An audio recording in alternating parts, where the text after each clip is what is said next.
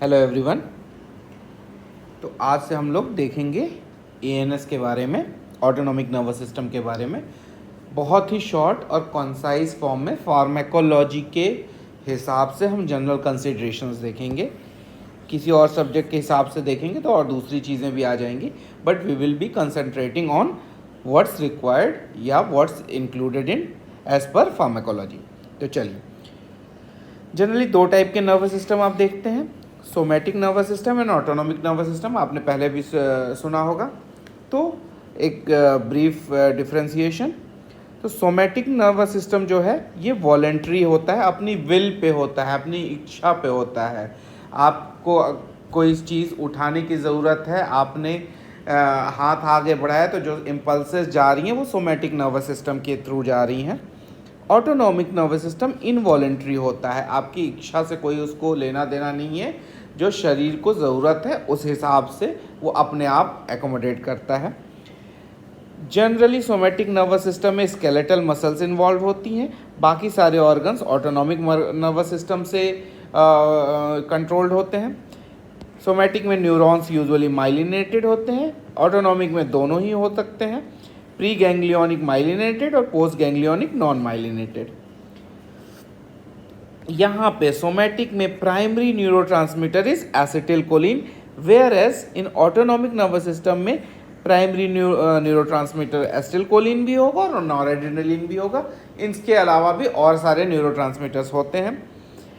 और जो सबसे इम्पोर्टेंट चीज़ है वो ये कि अगर कभी नर्व्स का सेक्शन हो जाए, मतलब कुछ वो नर्व्स कट जाएं या किसी वजह से नर्वस ट्रांसमिशन ब्रेक हो जाए, तो सोमैटिक नर्वस सिस्टम के केस में जिस ऑर्गन को सप्लाई कर रही हैं उसकी एट्रोफी एंड पैरालिसिस हो जाएगी।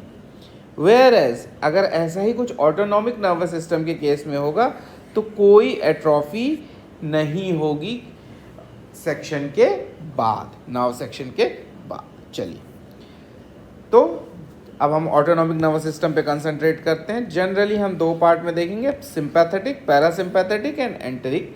ये ऑटोनॉमिक नर्वस सिस्टम के पार्ट्स हो सकते हैं। तो सिंपैथेटिक, पैरासिम्पैथेटिक और एंटेरिक, इनका जो सिंपैथेटिक और पैरासिम्पैथेटिक का ये जो डिफरेंशिएशन है ये प्योरली एनाटॉमिकल है। तो ये हमेशा याद रखेंगे कि एनाटॉमिकल डिवीज़न है। क्यों? क्योंकि सिंपैथेटिक जो वो नर्वस सिस्टम की बात होती है जो थोरैकोलम्बर रीजन से ओरिजिनेट होता है, वाइल पैरासिम्पैथेटिक क्रेनियोसैक्रल रीजन से ओरिजिनेट होता है। एक और डिफरेंस ध्यान देंगे, सिंपैथेटिक में जनरली प्री गैंग्लियोनिक और पोस्ट गैंग्लियोनिक फाइबर्स या तो बराबर साइज के होते हैं, मतलब उनकी लेंथ, या फिर पोस्ट गैंग्लियोनिक फाइबर्स बड़े होते हैं। Where is in parasympathetic pre ganglionic fibres are longer. तो आप पी से पैरासिम्पैथेटिक, पी से प्री गैंग्लियोनिक, आप इसके थ्रू याद कर सकते हैं। पैरासिम्पैथेटिक में pre ganglionic fibres are longer, where is in sympathetic में या तो बराबर होंगे या पोस्ट गैंग्लियोनिक लंबे होंगे।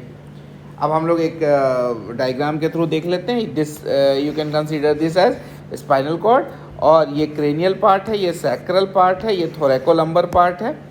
तो हम लोग ने जैसे डायग्राम में देखा है, यहाँ से पैरासिम्पैथेटिक और यहाँ से पैरासिम्पैथेटिक ओरिजिनेट हो रहे हैं और थोरैकोलम्बर पार्ट से सिम्पैथेटिक ओरिजिनेट हो रहे हैं। अब आप जैसे कि देख सकते हैं कि पैरासिम्पैथेटिक वाले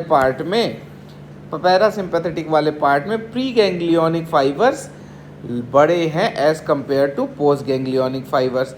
where is in sympathetic part जो थोरैकोलम्बर रीजन से ओरिजिनेट हो रहा है, वहाँ या तो बराबर साइज कह सकते हैं या पोस्ट गैंग्लियोनिक थोड़े बड़े हैं, डिफरेंट ऑर्गन्स को सप्लाई करेंगे।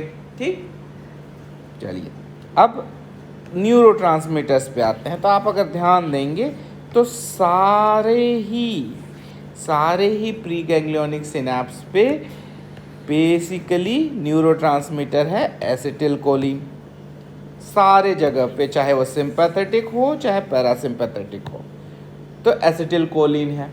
लेकिन जो पोस्ट गैंग्लियोनिक न्यूरोट्रांसमीटर है, अब वहाँ पे डिफरेंस आ जाता है। तो सिंपैथेटिक में ये नॉरएड्रेनालिन है, बस एक जगह को छोड़ के, एक ऑर्गन को छोड़ के, वो होती हैं स्वेट ग्लैंड्स। स्वेट ग्लैंड्स में हालांकि जो सिंपैथेटिक सप्लाई है वो भी एसिटिल कोलिन को न्यूरोट्रांसमीटर की तरह यूज़ करती है। वहीं पैरासिम्पैथेटिक में प्री गैंग्लियोनिक और पोस्ट गैंग्लियोनिक दोनों ही न्यूरोट्रांसमीटर एसिटिल कोलिन है। तो इसको ऐसे समझ सकते हैं कि प्री गैंग्लियोनिक तो सारे न्यूरोट्रांसमीटर एसिटिल कोलिन है, लेकिन पोस्ट गैंग्लियोनिक में अगर पैरासिम्पैथेटिक देखेंगे तो वहाँ तो एसिटिल कोलिन ही है, लेकिन अगर सिंपैथेटिक देखेंगे तो वहाँ नॉर एड्रेनालिन है। सिंपैथेटिक का एक एक्सेप्शन है जो कि स्वेट ग्लैंड है, जहाँ acetylcholine as a post ganglionic neurotransmitter है। चलिए एक्शंस की बात करते हैं। अब आपको एक्शन समझना पड़ेगा। ऑटोनॉमिक नर्वस सिस्टम जनरली आपके बॉडी की होम्योस्टेसिस मेंटेन करने के लिए रहता है, किसी भी तरीके के एक्सट्रीम्स पे जाने से बचाने के लिए रहता है। तो आप अगर इन बॉडी को इन जनरल देखेंगे तो बॉडी में हमेशा ये कोशिश होती है बॉडी के इंटरनल मैकेनिज्म की कि चीज़ें बैलेंस में रखी जाएं। ठीक, तो बैलेंस में कैसे रहेंगी कि जनरली दो कॉन्ट्राडिक्टरी फोर्सेस उस पर काम कर रही हों, जिनको ज़रूरत के हिसाब से इस्तेमाल कर लिया जाए, एक स्टिमुलेट करे, एक डिप्रेस करे। तो ये जो सिंपैथेटिक नर्वस सिस्टम है, यहाँ पे जो ये ऑटोनॉमिक नर्वस सिस्टम है, इसमें यूजुअली आप देखेंगे कि सिंपैथेटिक और पैरासिम्पैथेटिक का एक्शन अपोजिट होगा डिफरेंट ऑर्गन्स के लिए। लेकिन कई जगह ऐसा भी आपको मिलेगा कि जहाँ पे शायद इन दोनों में से एक हो ही ना, हो सकता है सिंपैथेटिक हो ही ना, सिर्फ पैरासिम्पैथेटिक सप्लाई है, तो वहाँ पे भी आप देखेंगे जब अगर सिर्फ पैरासिम्पैथेटिक सप्लाई है तो वहाँ पे जो डिफरेंट रिसेप्टर्स हैं वो एक दूसरे के अपोजिट एक्शंस प्रोड्यूस करेंगे। तो एट लास्ट बॉडी की कोशिश रहेगी कि होम्योस्टेसिस बनी रहे। चलिए तो हम एक एग्जांपल देखते हैं, एक रफ सा एग्जांपल देख लेते हैं कि हार्ट में जो है सिंपैथेटिक स्टिमुलेट करता है वाइल पैरासिम्पैथेटिक डिप्रेस करता है। उसके अलावा रेस्ट ऑफ द बॉडी में इसका उल्टा होता है, सिंपैथेटिक यूजुअली इनहिबिट करेगा और पैरासिम्पैथेटिक स्टिमुलेट करेगा। ठीक है, चलिए अब हम लोग 3 टर्म्स देखेंगे, auto receptors, hetero receptors and को ट्रांसमिशन। बड़े कन्फ्यूजन होती है इन तीनों टर्म्स में। तो auto receptors, hetero receptors and को ट्रांसमिशन, ये जनरली मैंने सिनैप्स बनाया है आपके लिए। ठीक, ये है आपका न्यूरोट्रांसमीटर 1, न्यूरोट्रांसमीटर 2। ठीक, ये नर्व इम्पल्स आ रही है। अब नर्व इम्पल्स आई तो ज़रूरी नहीं कि नर्व इम्पल्स आए तो सिर्फ एक तरह के न्यूरोट्रांसमीटर को पे एक्शन करे, वो हो सकता है एक से अधिक न्यूरोट्रांसमीटर्स पे एक्शन करेगी। तो हो सकता है ये 1 को भी रिलीज़ कराए और 2 को भी रिलीज़ कराए। अब आप देखेंगे ये अलग अलग वेसिकल्स में पड़े हुए हैं न्यूरोट्रांसमीटर्स। जब इम्पल्स आई तो ये सिनैप्स में रिलीज़ हुए। दोनों के एक्शन हो सकता है अलग अलग हों। मेन हो सकता है, मान लीजिए अगर हमें मान लेते हैं कि मेन ये जो 1 वाला है ये न्यूरोट्रांसमीटर है जिसका एक्शन हम उम्मीद कर रहे हैं। ये जो सेकंड वाला है ये भी इस इम्पल्स के साथ रिलीज़ हुआ। अब हो सकता है सेकंड वाला जो है किसी तरीके से 1 वाले को मॉड्यूलेट करता हो सकता है ये वापस जाके इसका सिक्रीशन बढ़ाने में मदद करता हो या घटाने में मदद करता हो। इस चीज़ को ही को ट्रांसमिशन कहते हैं। मतलब जब एक इम्पल्स से एक से अधिक न्यूरोट्रांसमीटर्स जो कि अलग अलग वेसिकल्स में थे रिलीज़ हो रहे हैं और डिफरेंट एक्शंस प्रोड्यूस कर रहे हैं। हो सकता है उनमें एक मेन न्यूरोट्रांसमीटर हो और बाकी उसको मॉड्यूलेट करते हो, तो इसको हम को ट्रांसमिशन कहते हैं। यूजुअली ये एज्यूम करना कि एक इम्पल्स से एक न्यूरोट्रांसमीटर ही रिलीज़ होगा, ये बहुत ओवर सिंप्लीफिकेशन होता है। प्रैक्टिकली ये होता है कि एक इम्पल्स से मल्टीपल न्यूरोट्रांसमीटर रिलीज़ हो सकते हैं जो कि डिफरेंट एक्शन प्रोड्यूस करेंगे। तो चलिए ये तो हो गया को ट्रांसमिशन। अब auto receptors and hetero receptors.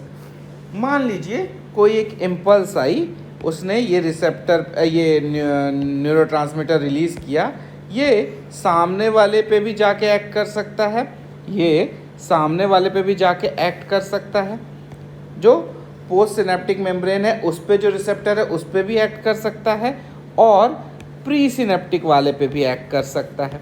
ठीक, तो पोस्ट सिनेप्टिक पे जो करेगा वो तो अपना एक्शन प्रोड्यूस करेगा, प्री सिनेप्टिक पे अगर आ रहा है तो ये हो सकता है इस न्यूरोट्रांसमीटर का सिक्रीशन बढ़ा दे या घटा दे, मतलब ये रेगुलेट कर रहा है खुद का ही सिक्रीशन। ठीक, यानी कि ये जो एक्शन प्रोड्यूस कर रहा है उसी को रेगुलेट कर रहा है, या तो घटा रहा है या बढ़ा रहा है, यूजुअली घटाता है, तो ये घटा रहा है या बढ़ा रहा है। तो ये जो फिनोमिनन है, ये जो चीज़ है, इसको हम ऑटो रिसेप्टर कहते हैं।